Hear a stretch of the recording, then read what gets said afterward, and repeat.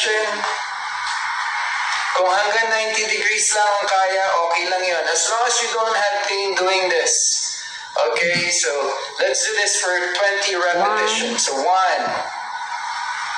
Kung kaya itaas na mataas, okay lang. Alright, ang goal natin na itaas ng 100. More than 90 degrees. Okay. As long as you don't have pain. So that's 5, 6, 7, 8, 9, 10, 11, 12.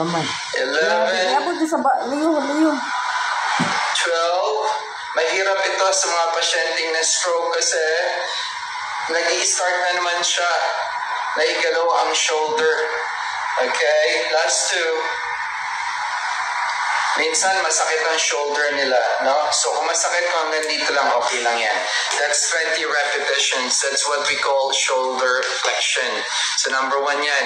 And then the next step is shoulder press. Okay, so again, 20 repetitions. Gayahin lang po ako, okay?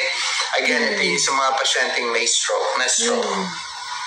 Okay, 1, 2, 3, 4, 5,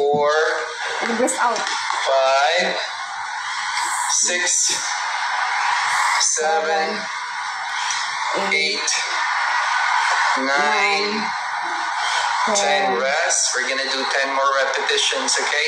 Again, let's start again. 1, 2, 3, 4, 5, 6, 7, 8, 9, and 10. Okay, so that's shoulder press. All right, shoulder flexion, shoulder press, and number 3 exercise. Ito naman yung tinatawag nating pronation, supination. Again, ito yung affected side. Kung hindi may galaw na gano'n, hawakan lang itong arm na ito, itong hand. Okay, so follow nyo lang ako. And gawin ito na may support dito, gawin nyo ito sa table. Okay? Pronation, supination, ganito. This is pronation, and then supination. Alright, let's start. 20 repetitions. Okay. Number 1. Pronation. Yan, dahan-dahan lang. Kasi usually yung mga pasyenteng may na-stroke, meron yung tightness. Alam nyo, kaya natin ginagalaw ito para hindi maging ganito. Kasi magkakaroon tayo ng tightness contracture. If you don't use it, we'll lose it. Alright? I-stretch natin yan. Okay, supination. Ayan, supination ito. And then pronation yung ganito. Supination, pronation. Ito yung affected side, yung may gloves. Okay? Stretch. Ito, sometimes masakit ito ha, kaya unti-unti lang. Do it slowly. Okay, pronation. Gagamitin niyo yung unaffected side na i-stretch yan. 3, 4, 5, 6, 7, 8. Let's do this 20 repetitions. 9, 10. Alright, rest. Madali itong gawin sa mga na hindi nagkaroon ng paralysis, pero importante ito. Napakahirap ito. Make sure you do this consistently. If you can do it 3 times a day, that's better, okay? Alright, let's do one more set.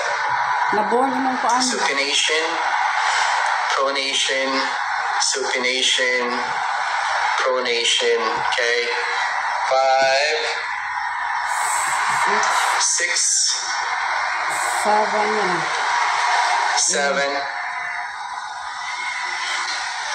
8, and 9. I really don't want to share this awesome find. It's super comfy and goes with everything. You can totally rock it in any situation. And 9, 10. pronation, supination. Ito naman, usually ito yung pinakamahirap mag-improve, no? So, pagka paralysis, ganyan, ano? So, kailangan natin i-stretch again kasi if you don't use it, you lose it. So, i-stretch natin yung wrist flexion, extension, alright? So, ito ang gagamitin natin. Para di siya mapilo. Okay, so i-stretch natin. This is extension, and then this is flexion. Alright, so makikita nyo nakasupport sa table na yan. So, para mas madali nating ma-stretch. Alright. Okay, so, again, grasp, and then stretch. 3. Okay, and then back into wrist flexion, wrist extension. Let's do this 20 repetitions. Alright, ipupull nyo siya for flexion and then extension. Just like that. That's 3,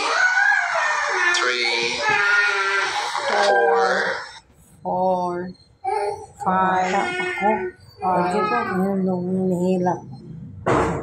Now, let's do one more set. Okay, one more set. Okay, so wrist extension and wrist flexion. Mahirap to sa mga may tightness, lalo na yung stroke.